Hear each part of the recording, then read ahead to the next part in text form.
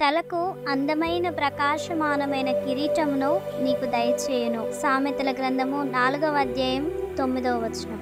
దేవుడు దయచేయు కిరీటములు. 1 పరిశుద్ధ కిరీటము, నిర్గమకాండము 29వ అధ్యాయం 6వ వచనం. 2 మహిమ ప్రభావము గల కిరీటము, కీర్తనల గ్రంథము 8వ అధ్యాయం 5వ వచనం.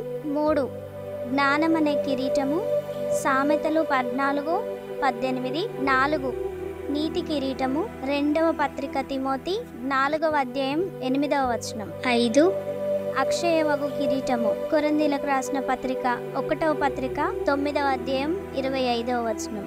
6 ఆనంద కిరీటము, తెస్సలోనికీయులకు రాసిన మొదటి పత్రిక 2వ అధ్యాయం 19వ వచనం.